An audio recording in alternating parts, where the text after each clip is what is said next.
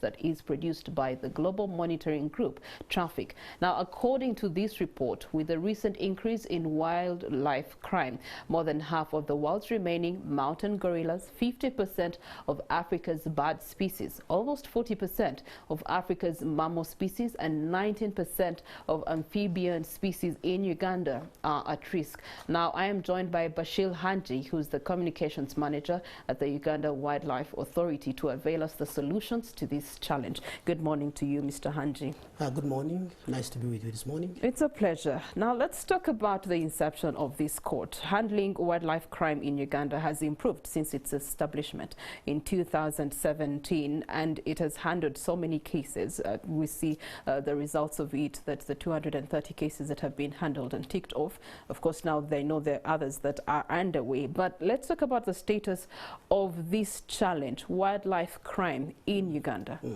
Wildlife crime is one of the biggest challenges that conservationists and law enforcement bodies are grappling with lately, because you see, it is a lucrative business. It is international in nature. It can be localized, and it is an undertaking where if one participates, they expect to get quick money. You don't need capital, for instance. All you need is to have the necessary arms or weapon to kill an animal, get off the trophies, whether you want ivory or you want skin or teeth. People go for various body parts of wildlife, and you go and you sell. It is an international syndicate where you have a local, the people we call subsistence poachers, the ones you see as arresting. Those are not the real people. These are people who are paid very little money. You go to a park or a protected area, you kill an animal, but there is a middleman who is somewhere, maybe in an air-conditioned office in Kampala, is monitoring everything on phone, they are on internet. This middleman also gets what the other subsistence poachers got, and then this middleman now works around the transportation, and then this whole thing is, you know, trafficked out of the country to the international market. Without fear or favor, I must say that largely the biggest market for wildlife products is in Asia. I don't want to go into specific countries, but by and large, it is one of the biggest challenges we're grappling with. You've talked about the cases that were handled the other year. Luckily, since 2018, we have made strides. We have made progress. Yeah. Uganda is no longer considered as one of the countries where that they are notorious for wildlife trafficking, because we have built the capacity as a country. We have a fully fledged investigations unit at Uganda Wildlife Authority. We have a fully fledged intelligence unit. We have a law enforcement unit, and we have the National Wildlife Crime Coordination Task Force, which brings together quite a number of other government entities, over 11 of them, and they are there to make sure that we fight wildlife crime and go trafficking of wildlife. So we have made strides since then, and we've been removed from that list of the countries that are known to be wildlife trafficking hotspots. We are no longer there because we've made the ground very dangerous. We've made it too risky for people to come and think they are going to use Uganda as a transit route for wildlife trafficking. I'm sure you've heard of cases where people have been handed life sentences. Last month, we are lucky that finally the wildlife law was really biting hard. We had the first life sentence against an offender. And this was a repeat offender. This is a person who was arrested in 2017, sentenced to 18 months in jail. He came back, and again we arrested him, and he was not remorseful. And you know, so we are happy that the law is biting, but that is not what we want. It's not our interest to arrest people.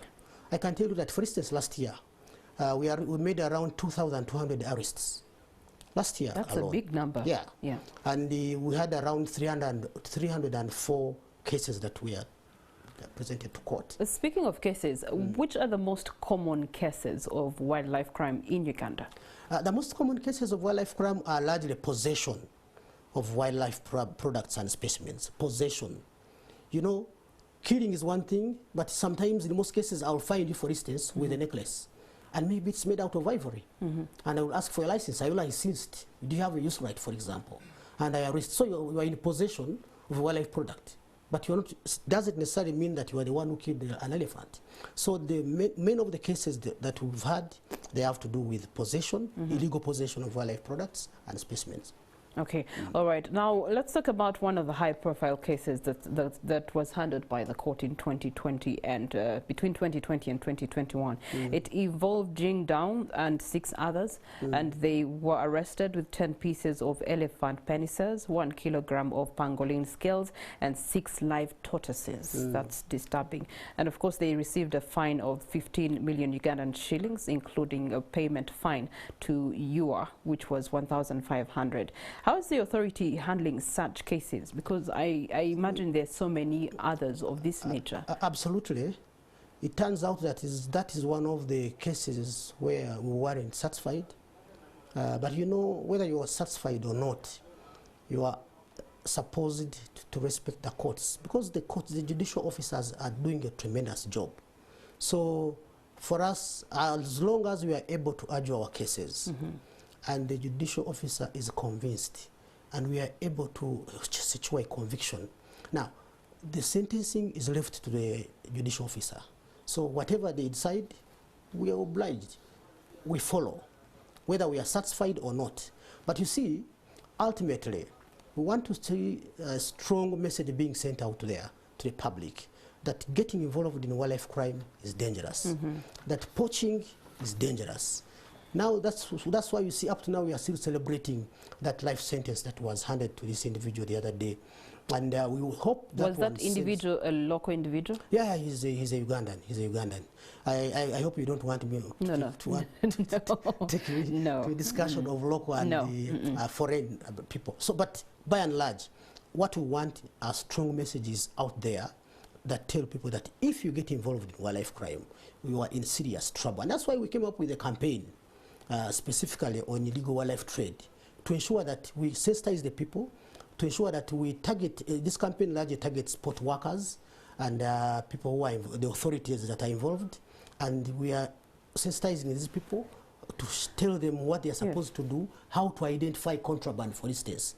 If you see a container, how can you tell that there is something more than shoes, for example?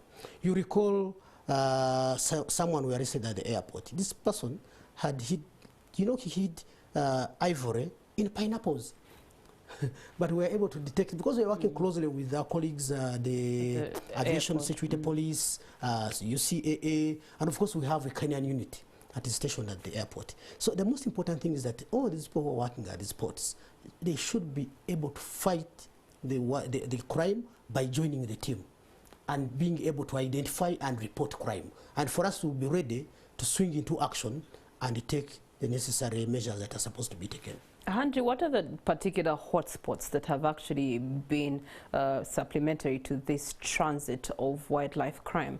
Because while you do have those that are committing it within Uganda, I know that within the region also you found difficulties of those that are trying to use Uganda as an access route to, move the products or the animals for that matter. But basically, I wouldn't say specific hotspots, because, for example, look at the ports of entry. There's a lot of crime being committed at that side.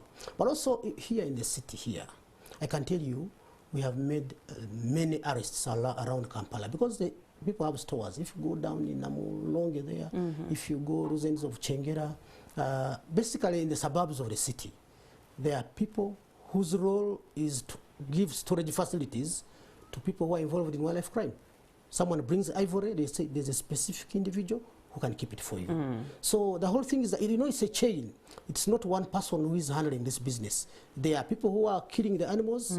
There are those ones who are transporting them, specific transporters, and there are those ones who are offering storage facilities as, they pile, and then those who transport now outside the country. But critical to note is that every time you see us arresting people involved in wildlife crime, it does not mean that they have killed Ugandan animals.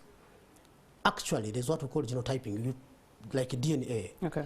And when you find that we trace these products to neighboring countries, to as far as the Central African Republic, others in neighboring countries I wouldn't really wish to mention.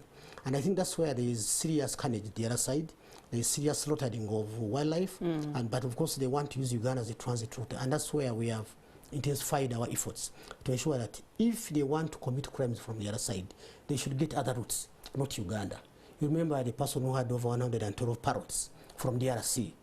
So this person got a very good sentence, and we think it was a strong message to people. If he had accomplices the other side, I'm strongly sure they wouldn't want even to step on Ugandan soil at all.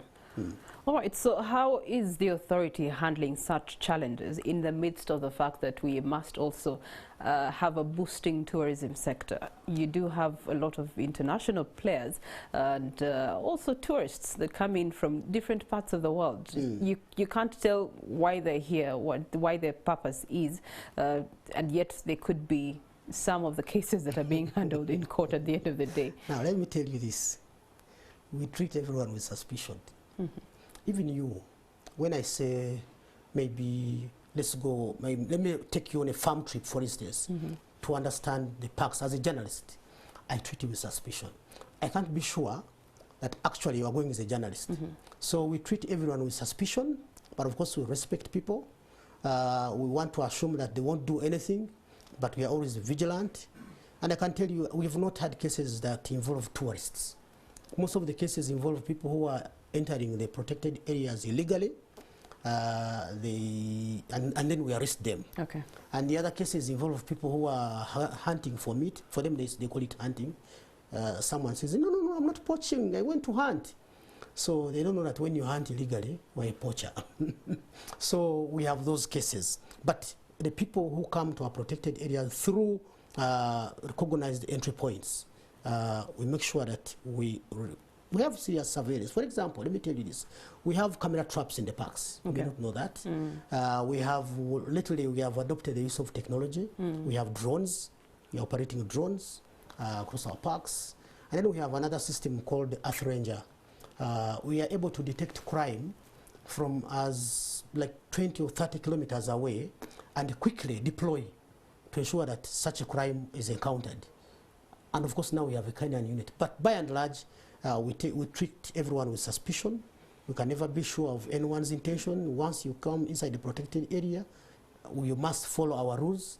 You must be where we are telling you to be. You cannot go where you want to go, you as an individual. So yes, but we are also vigilant to ensure that whoever comes to our protected areas is protected first of all, because the animals can be dangerous, but also want to protect our animals against you, a person who has entered the protected area. So we are always cautious about this. Okay. So Hanji, tell us about the campaign. I know that you have launched that campaign to deal with the cancer of wildlife crime right now, and you're focusing on cargo and shipping sector workers with this campaign. Why cargo and shipping sector? I did say that one of the hotspots of wildlife crime, where we make big arrests, are entry points. These are ports of entry. And we realized that the people who are working there actually don't know these things. True. So the question was, how do we sensitize them? How do we make them aware? One was to make sure that we organize them, engage them, take them through what to look out for, but also bring them to the attention with the fact that the serious wildlife crime that is taking place at the ports of entry, so that they are able to, that's why you're calling it join our team, defend our wildlife. So they are able to join us and we defend wildlife together.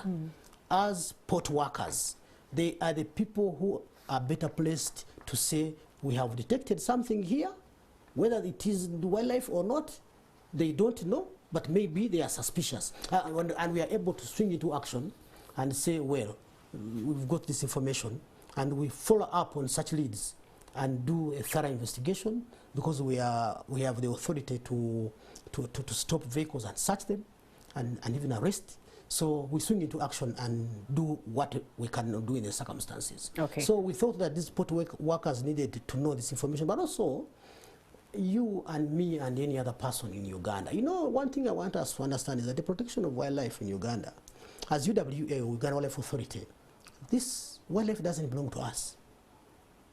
These animals you see, they don't belong to us, they belong to Ugandans and the global community generally. So we are doing it on behalf of the population, because not everyone will go to the park and protect the wildlife. True, and not Therefore, everyone is skilled to do each one of us should be able to say, I've seen this, and make and report. And for us, we'll be there to do our job. Okay. So we want people to support us. And I can tell you this, as a matter of fact, as Uganda Wildlife Force, there is nothing much that we can do without the support of the people. We would be failures completely. The little that we have achieved is because we are working closely with the people, the general public, the communities, and other agencies of government. Okay. Yeah. So do such campaigns and direction give us hope that there's a future survival for the species in Absolutely, Uganda? absolutely. If you look at the numbers, the wildlife numbers are increasing across the board in all our protected areas, various species. So there is a lot of hope, and I can assure you that in the next 5 or 10 years, you'll be amazed. By the way, one of the things, I'm sure you've heard of cases of animals going outside parks and going to communities. One of the reasons, actually, of course, there are other reasons, but one of the reasons is that the animal populations are also increasing. Oh, so it's not the population of the community increasing? No, even the animal population is increasing? Yes, the animal population is increasing. That's very interesting. The population of us human beings is increasing, and there is competition for resources. For the same space. You get it? True. So it means that we are doing a very good job, like never before. If you look at the statistics from 1996 to date, for example, we had around 2,000 elephants in 1996. Today we have around 7,800 elephants. Wow. So that's not a mean achievement at all. So we are moving in the right direction, but we also need the support to ensure that especially the big five are not decimated, to ensure that we give them a conducive environment to thrive, and tomorrow we'll be happy. Yeah. Our children, our grandchildren will be harsh, will judge us harshly for our inability today. So what we do today will impact more on what those people will find there when we're not there. Today we are talking about wildlife, we are talking about animals, because you've found them there. What will happen 100 years from today? We don't want to say that at one time we had elephants. We don't want people to read that Uganda at one time had lions. We want them to find them there, and they also take on the mantle. All right. As we come to the close of this conversation, Hanjig, it's Christmas time, and you know, tourism sector has encouraged us to travel as much as possible and enjoy this wildlife around us. However, I know that terms and conditions must apply. So what are the terms and conditions that you do recommend people adhere to going into the wildlife as we get to enjoy the festivities? First of all, we still have COVID around. The other day I had the new directives that we must present certificates. So I encourage people, one, to be cautious, take precaution. Lately people have been talking about Ebola. I don't like talking about it, but it's there. So we should be careful. And then they should always be careful on the roads. Now, when they are inside the protected areas, do not go where you're not supposed to go. We have guides in the parks. They should be able to give you all the necessary information that you need, the necessary guidance. Most importantly, the safety of these people is guaranteed. While inside our protected areas, they are very safe. They will enter safely and come out safely. But of course, it is important that people don't be selfish this time around. Move around, take your spouse, go as a family. You say, want to go for a weekend in Queen, or want to go for a weekend in Kidepo, you know. So we encourage people to visit Uganda more. They should visit these protected areas. It turns out that actually, after COVID, especially during COVID, we saw a big number of Ugandans going to these protected areas. And we want this number to multiply and multiply and multiply, so that they are able to be ambassadors of their own country. It's not about only visiting and seeing the attractions, but also coming out and say, Uganda, we are endowed with the following. These days, most people have social media accounts. Post something on your social media account about what you've seen in the Queen, about what you saw in Kidepo, about what you saw in Chibali when you went to track chimpanzees, about what you saw in Bwindi, when you went to track gorillas, so that we all become promoters of Destination Uganda, so that we all become promoters of these protected areas as tourist destinations.